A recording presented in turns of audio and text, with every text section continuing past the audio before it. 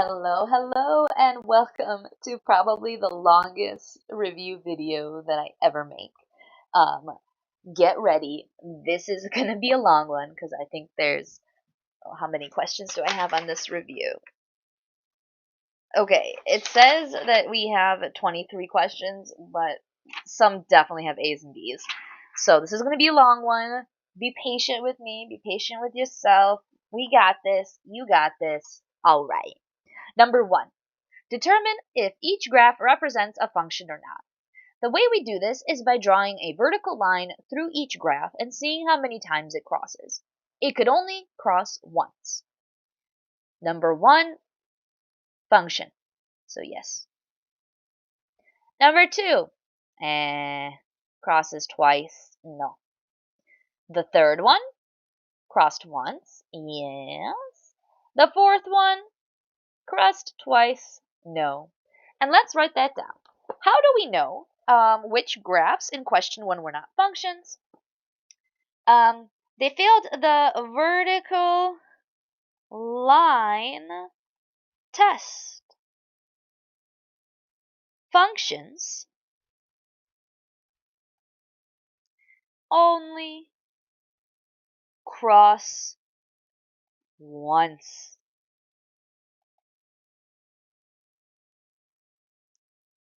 Okay, number three.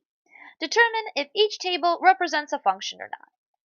Let's take a look at letter A, or A, B, and C. The way we can tell if it's a function is if all the x's are different. Letter A, all the x's are different. Yes, the y's don't matter. Letter B, all of the x's are different. The y's don't matter. Letter C, boo, two x's are the same. Number 4 asks us, how can we tell that the question in tape, 15, I meant number 3. Oh well. Number 3 was not a function. Well, the x's repeated.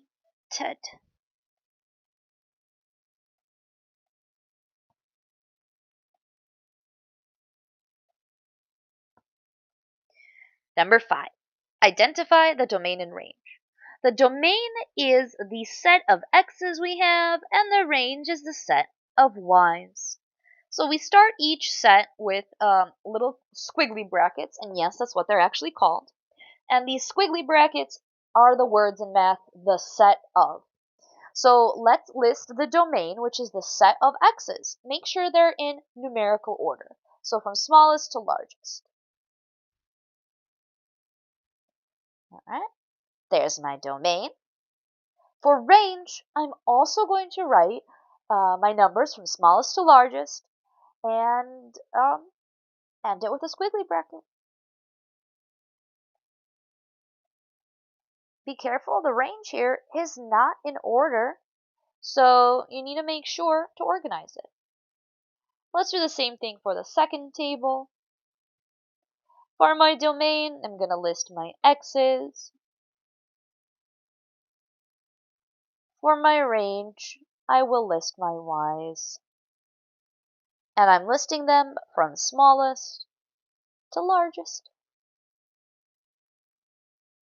Number 6, identify the range in the given graph. Well, the range is the y's. These are the y's. Well, the y's go from 8 to 2, well, actually from 2 to 8. So this is how we would write that the range goes from 2 to 8. 2 is less than or equal to y, which is less than or equal to 8. Y is in between 2 and 8. And I go smallest to largest because my inequality symbols are pointing to the left. Complete the statement that describes the pattern shown. Okay, before I even complete the statement, I want to see what the pattern is.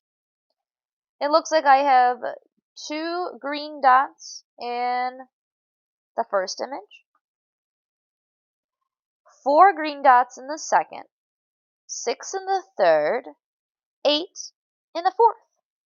So each figure has blank than the one before it, has 2 more dots, then the one before it.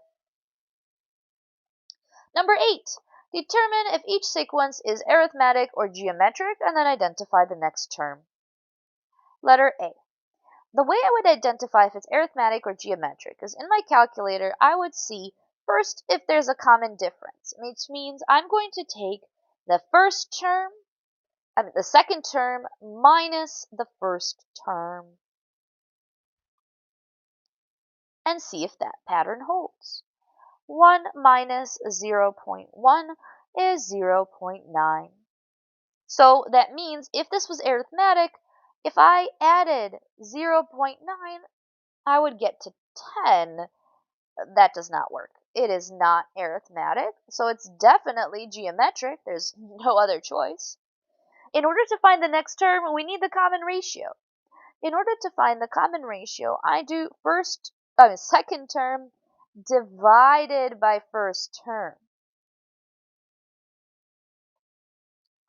When I do 1 divided by 0.1, I get 10, which means I'm multiplying by 10.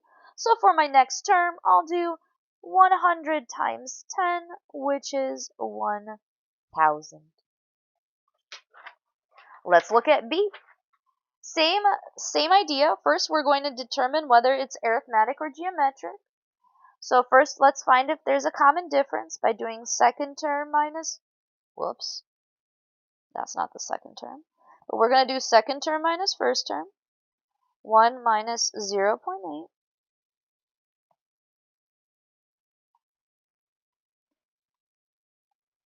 One minus 0.8 is 0.2.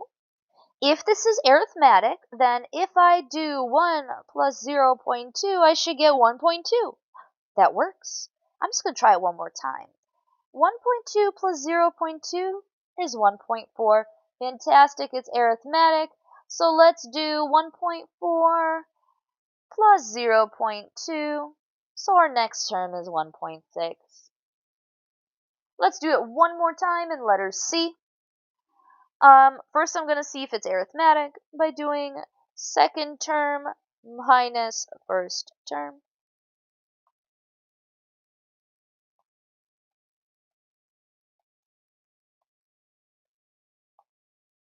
All right.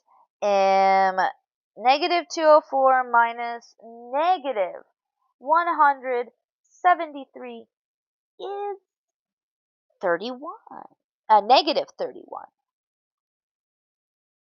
So, if this is arithmetic, then negative 204 minus 31 should give us negative 235. And it does. Is negative 235 minus 31 negative 266? It is. So it's arithmetic. Excuse me, I'm trying to draw here. Thank you. It's arithmetic. And I'm going to do negative 266 minus 31 to find my next term. Negative 297. Number 9. Novi Elementary School has 2 disposable masks left on the playground. After Monday, there were 8 masks left on the playground. After Tuesday, there were 14 masks left on the playground. After Wednesday, there were 20 masks left on the playground. If this pattern continues, how many masks will be there on the playground on Sunday? Alright, well, let's see. I'm just going to write out my days. Monday, Tuesday, Wednesday, Thursday, Friday, Saturday, Sunday. And let's write down some numbers. On Monday, there was 8. On Tuesday, and there were 14. On Wednesday, there were 20. What's the pattern? Well, let's find the common difference. By doing second term minus first term.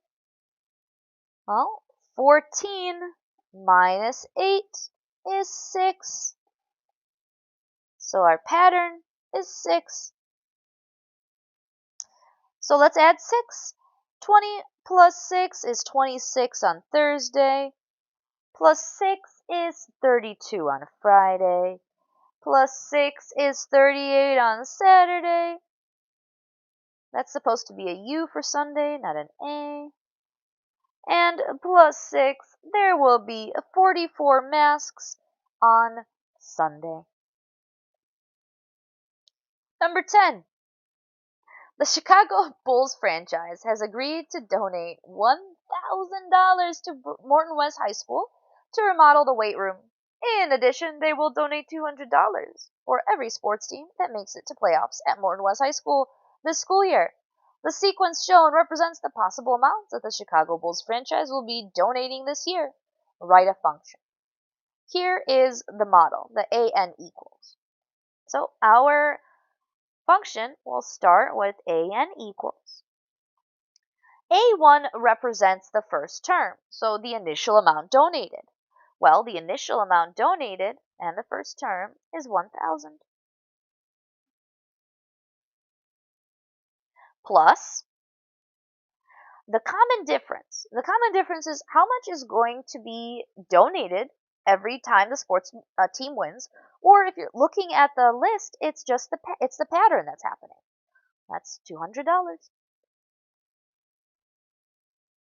And then n minus 1. If you take a look at the pattern that's written out, the sequence here, we add 200 in between each amount. Number 11. Use the following graph to find the slope, the average rate of change. Well, the slope is the change in y's over the change in x's. Let's use any 2 points and count. It looks like I'm going down 2 to the right 1 between each point. So my slope is negative 2 over 1. And you can see that happening here. Kind of. Looks like that kind of missed the... You know what? It's almost there. It's negative 2 over 1. Alright. Anyways. Number 12. Find the average rate of change in the following 2 tables. The average rate of change is the same thing as slope. So we're looking at the change in y's over the change in x's. So let's take a look at number 12a. Let's find the change in y's. Now, in order to find the change in y's, I'm going to do what I did before and do second term minus first term. And it looks like when I do negative 4, whoops, I need to write that better. Shame on me.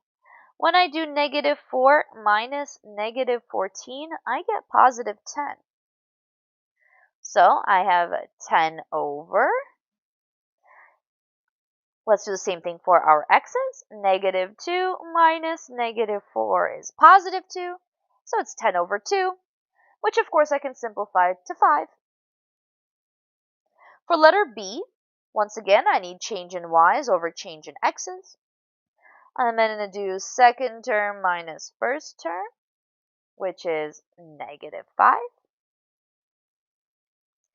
And I'll do the same thing for my x's. I'll do that up here. Second term minus first term. I get negative 5 over 5, which can be reduced to negative 1. Let's do some color coding because I dropped the ball. Shame on me. There we go. This is looking so much better. Yes. Oh, gorgeous. Gorgeous. And let's color code those answers.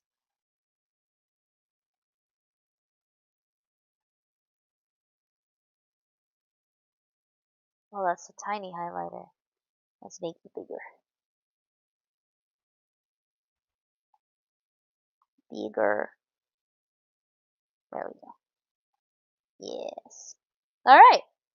Number 13. Determine if each chart represents a linear function or not. The way we're going to do this is we're going to see if the pattern stays consistent. Let's start, well, on both the x's and the y's. Let's start with the x's in this table because it looks a little easier. It looks as though I am adding 1 every time for the x's. And the second that my computer stops lagging, I will absolutely erase it. Erase this purple. There we go. There we go. Alright, so it looks like I'm adding 1 each time.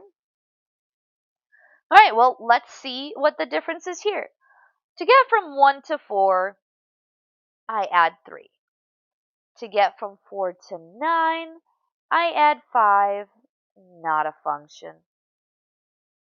Let's look at the middle one. It looks like it's consistently adding 1 for the x's. From 12 to 5, I add 3. From 5 to 21, I add 6. Not a function. The x's here look like they're increasing by 1s again. Beautiful.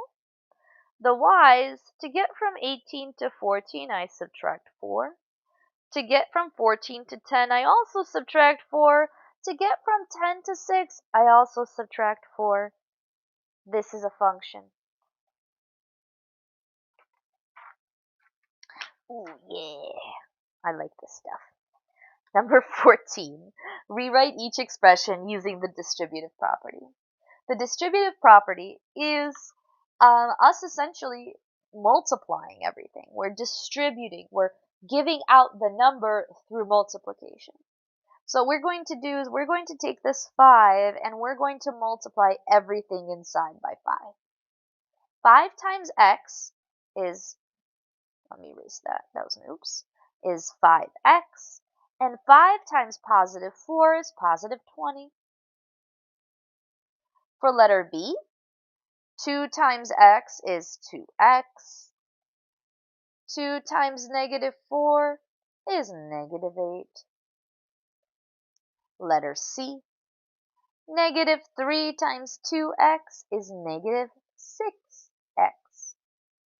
Negative 3 times negative 7 is positive 21. Beautiful. Now let's solve some equations. Each equation might have one solution or no solutions. We'll see how it goes, maybe even infinite. Alright, let's start with letter A. The first thing that I like to do is draw that line down the middle, make this nice and organized. And then I take a look at the side with the most stuff on it. Now what it looks like to me is that we got a set of parentheses we have to take care of on the left, so let's do that. Let's use that distributive property to multiply negative 6 inside the parentheses. 6 times x is 6x. 6 times minus 5 or negative 5 is negative 30. Everything else stays exactly the same. Nothing changes. All I did was multiply. Next, on the left side, I see some like terms that can combine. I see this negative 30 and negative 16. Now, negative 30 minus negative 16 is negative 46. Everything else around it stays the same.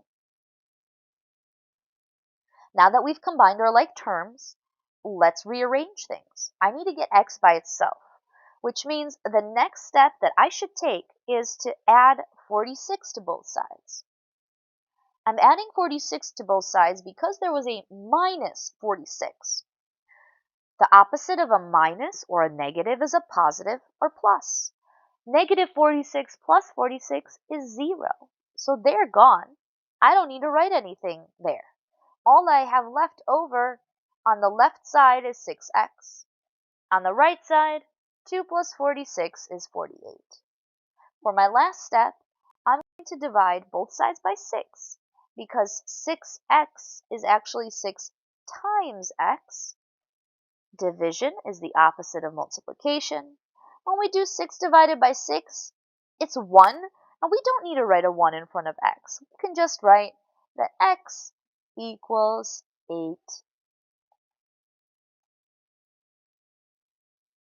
Alright, letter B. Let's start off with that line down the lagging. I'm telling you, it's lagging. That's okay. I still like you, computer. It's okay that you're lagging. Thank you. Thank you. Okay, I'm going to draw a line down the middle once it lets me. There we go. Okay, on the left side, I don't see any parentheses, so let's start moving stuff around. I see a -3, so the first thing that I'm going to do is add 3 to both sides. -3 plus 3 is 0, so I can just cross them off, once it lets me, of course. You're a good computer, a nice computer. Ah, okay. So, on the left side, all that's left over is -7x, because -3 plus 3 is 0. On the right side, -38 plus 3 is -35. I'm going to finish by dividing both sides by -7, because -7x is -7 times x. And -7 divided by -7 is 1, and division is the opposite of multiplication.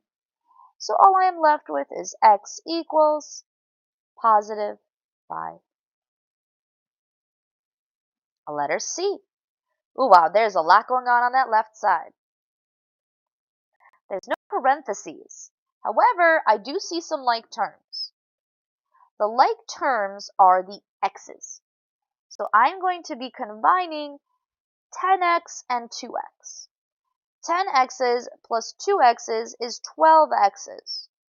Everything else stays the same. So I still have a -14 and an equals 22. Next, let's add 14 to both sides. I'm adding 14 because that's the opposite of subtracting.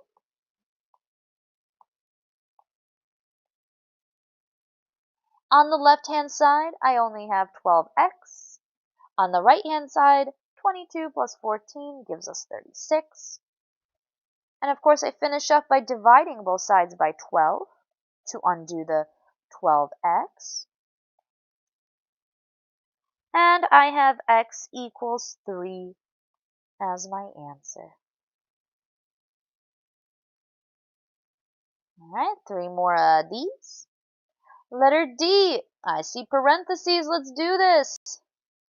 First the line down the middle, and then we distribute.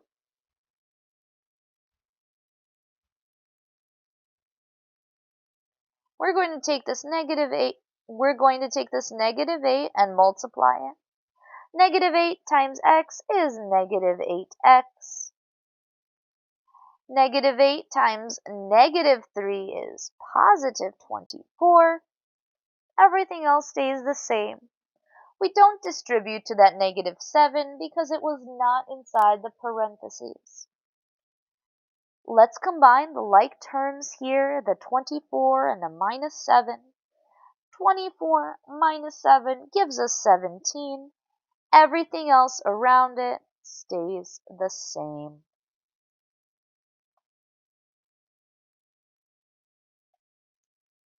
For my next step, I'm going to subtract 17 from both sides because subtracting is the opposite of addition, or the opposite of a positive. So 17 minus 17 is 0, which leaves me with just -8x on the left side, and on the right side I have 56. I'm going to finish up by dividing both sides by -8. X equals -7.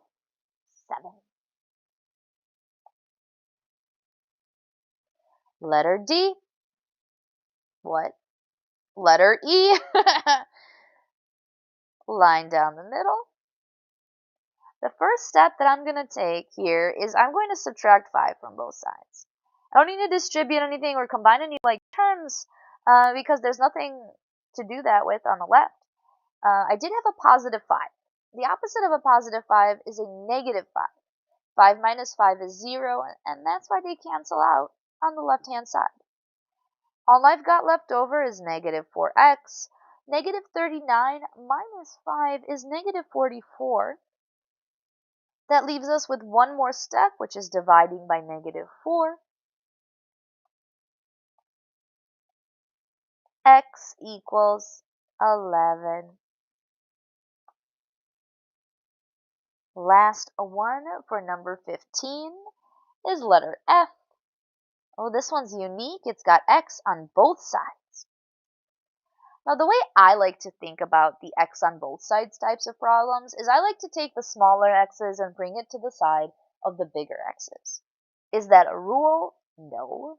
That's just what me, Guman, likes to do. So, as my first step, I'm going to subtract 2x from both sides. Now remember, I can only subtract x's from x's. So, I decided to subtract the 2x because it was positive. 2x minus 2x is 0. And on the left side, 7x's minus 2x's is 5x's. Everything else stays the same. Great. Now this looks like a really good two-step equation. So let's continue by adding 25 to both sides. I'm doing that to undo the minus 25.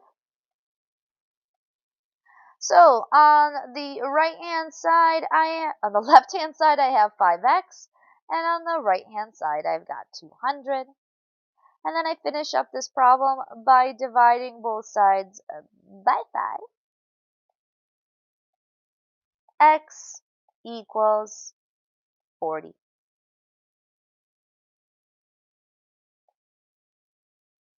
Great. Number 16. Uh-oh. Okay, I thought I messed something up. Ethan saved $77. He has already spent $9. He plans to spend $4 on Starbucks each week to treat his teachers. What a good guy. Choose an inequality that represents the number C coffees he can buy. Okay.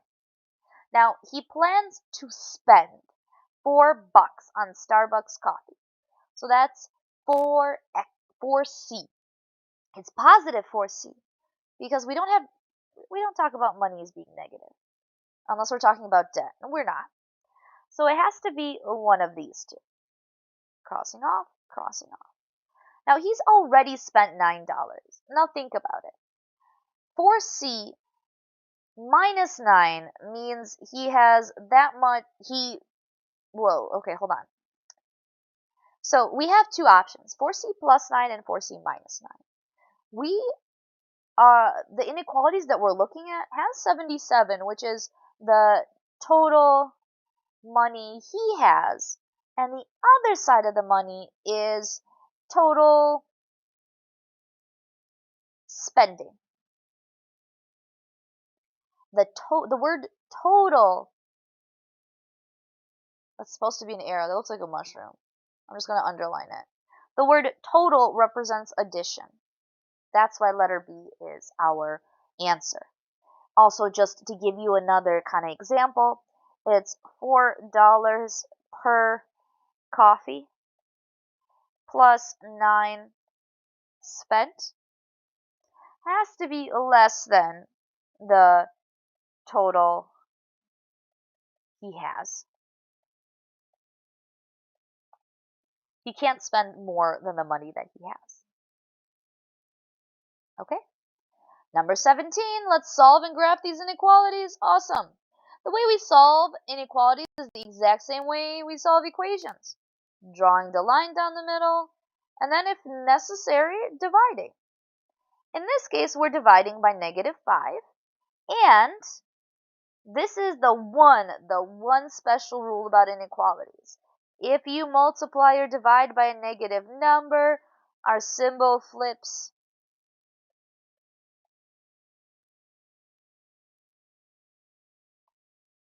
So it was facing this way, now it's facing that way. Let's graph it. The way we graph this is by putting an open circle on negative 6, because it doesn't have an or equal to. Less is left, so we point an arrow to the left. That's it. Letter B. Line down the middle. And then we're going to divide both sides by 6. Easy peasy lemon squeezy. Actually, I don't want to squeeze any lemons. Because we didn't divide by a negative, I'm keeping my symbol the same. Because it's an or equal to, I have a filled in circle on -2. It's greater than, so my arrow points to the right. Oh, letter C looks like a nice two-step. We're going to start by adding, I'm trying to do, by adding 6 to both sides. On you the shift direction, stop lagging. I'm so close to being done.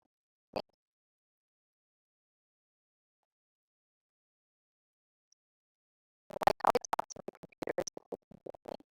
Anyways, on the left, all we have left over is -2x, and on the right, -8 equals 6 leaves us with -2.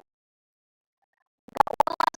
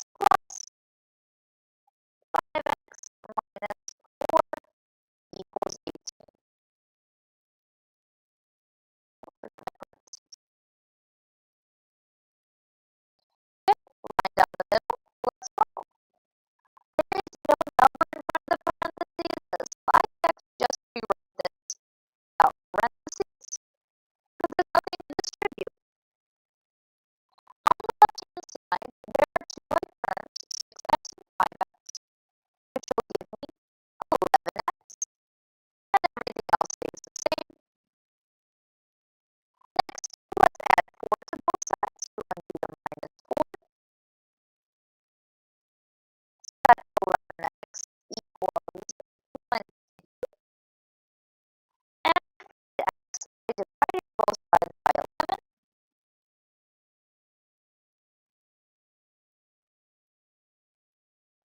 X equals 2. We're not quite done though. We need to find 1. I'm going to find 1 by plugging it into this y equals equation. Since x is 2, I can plug it in and